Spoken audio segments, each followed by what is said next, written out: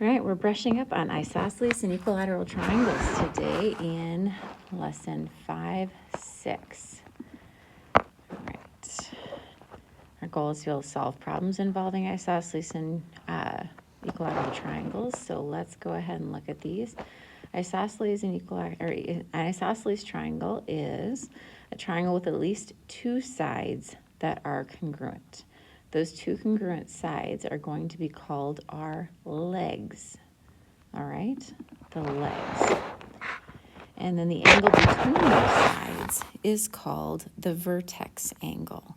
So this angle at the top, when we've got the two legs, this angle right there is our vertex angle, okay?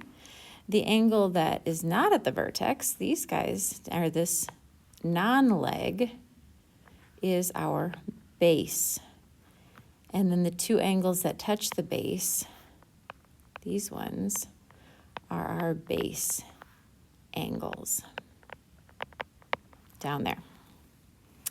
Okay, so we've got a vertex angle, two base angles, two legs, one base.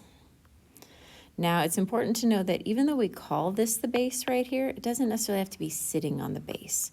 You can have an isosceles triangle sitting like this. This is still the base. Okay? If two sides of a triangle are congruent, then the angles opposite those sides are congruent. So we look to the opposite of them. Those are the angles that are also equal. So we mark them. So if AC is congruent to BC, then the opposite angles 2 is congruent to angle 1. Okay? You're going to find a rule that sides and the angles opposite them have relationships. And we're going to really dive into that in later MTs, but this is where we first start seeing that. The angles across from a side have a relationship to each other. Okay. Now here's the converse of that. If angles are congruent, then the sides opposite them are congruent. So opposite this one are congruent. There we go. So to prove this, we're going to draw an auxiliary line and use the two triangles that are formed. An auxiliary line is an extra line or segment drawn in a figure to help analyze that geometric relationship. So we've drawn this line in and created two triangles. And we're saying that LM and LP are congruent. We've been given those. Okay. So I'm going to go ahead, before I mark that, I'm going to grab this triangle so we've got it in front of us. Copy it, move it down here, paste it. You have it in front of you, but I like it in front of me as well. There we go. Making sure I've got it in front of me down there too. Okay. So first thing they say, let N be the midpoint of MP. So if N is the midpoint of MP, so we've just created that. We're saying every segment has exactly one midpoint, and we're deciding that N is it. And we're drawing in that segment. Okay. And then N is congruent to PN. Oh, sorry. MN and PN because of midpoint theorem, or what we usually write is definition of midpoint. Okay? Because midpoint. LN equals LN because reflexive, and LM is equal to LP because of given. Now we've got side, side, side. There it is. The triangles are congruent by side, side, side. We can now prove that angle N, or M, is congruent to angle P by CP/CTC. So they've now proven that isosceles triangles are congruent, okay? By showing that there's got to be a midpoint, that if we drop a line down, all those things. Okay. Let's go on. Next page. So find missing measures. So find the angle of B and C if we've been given one of the angles. So they give us that angle A is 70 degrees, and they've given the points in a coordinate graph here. So if they've given us this, but they've not actually told us that this is isosceles. We kind of assume because this is a lesson about isosceles triangles, but they haven't told us. So we need to know what the side lengths are. We can tell that this is going to be 1, 2, 3, 4, 5, 6, 7, 8. So this one is 8 long, but we don't know how long this one is and how long this one is. So what they've done is they've given us the coordinates, and then they've done the distance formula. Okay? So square root of 41, square root of 41, and 8. These two match, therefore it is isosceles. Okay? These are congruent, which means these are equal. And if those are equal, then we know that all three angles are going to equal 180. And two of them are going to be equal. C and B are equal, which means you might as well substitute B in for C.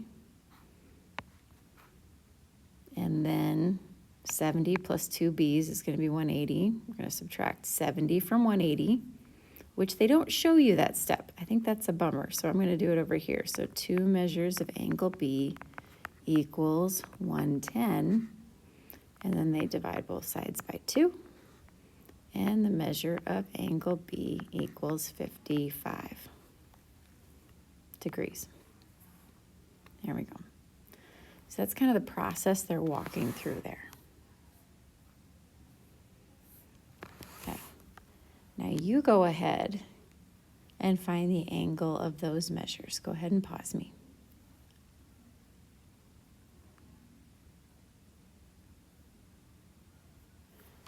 Okay, I hope you found that they were both 45. If this one is 90 in the corner, then you would take your 180 minus 90, find that there's 90 left, and if you take 90 divided by 2, you're going to find that there's 45 degrees left for both of those. Good. All right, now let's go talk about equilateral triangles. The isosceles triangle theorem leads to two corollaries.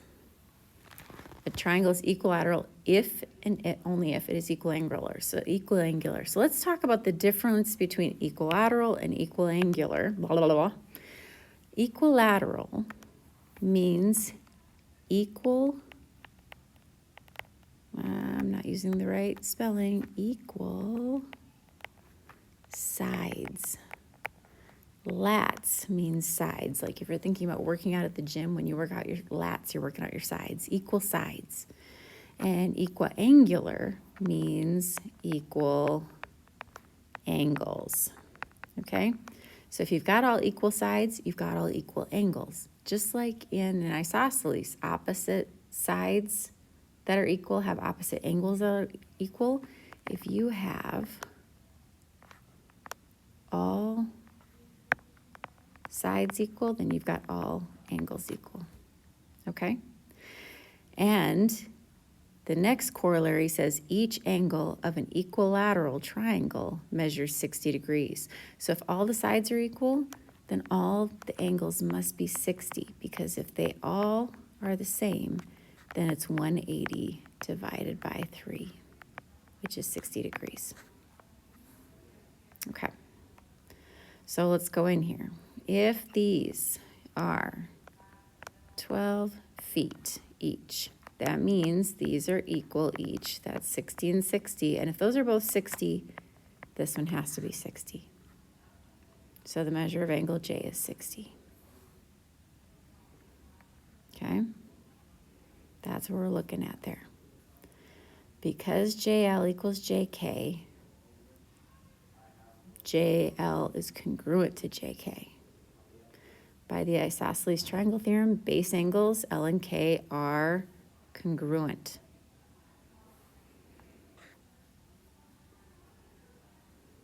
Okay, so they worked that all out in front of you there. So now you're going to go ahead and check find the measure of angle R and find out how long PR is. Go ahead and pause me.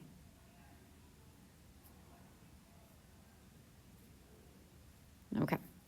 I'm hoping you discovered the same thing, that these are both 5, which means that they are equal this way. So these must be equal. And if this is 60 degrees up at angle Q, then these must also be 60. And if it's all 60, then this must be 5 centimeters. 60 and 5 down there. Okay, now let's go down further. If we're going to find the value of each, again, we've got a triangle that they tell us this and this are equal, and this is 60 at the top. So if these are equal, these must be 60. You've got an equiangular, equilateral triangle. All the sides, all these angles are equal. You can set anything in your equal. So you're going to be able to set your 4y minus 2 equal to your 2y plus 2. You're going to be able to set your 6x plus 6 equal to your 60 degrees. You'll be able to solve all of those like that. So those are the equations they're going to do down below. They're going to tell you that angle ACB is congruent to angle BAC by the isosceles triangle theorem. And that's what they solved to find x equals 9. And we'll go ahead and highlight some of that. This is your fill in the blanks here. And then because of the angle of the triangle measures 60, by the triangle angle sum, the triangle is an equilateral triangle, and therefore they can solve and find y equals 2. Now you are going to go ahead and solve for this guy at the Louvre. Can you solve for x and y? Go ahead and pause me.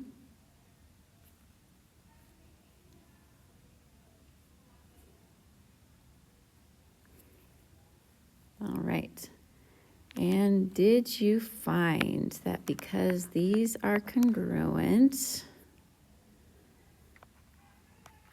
and that these are equal, and these are supposed to also be equal, that you have an equilateral triangle, equiangular, that all those pieces are going to be equal, and that your x would be 30 and your y would be 30? I hope so. All right, go do the practice.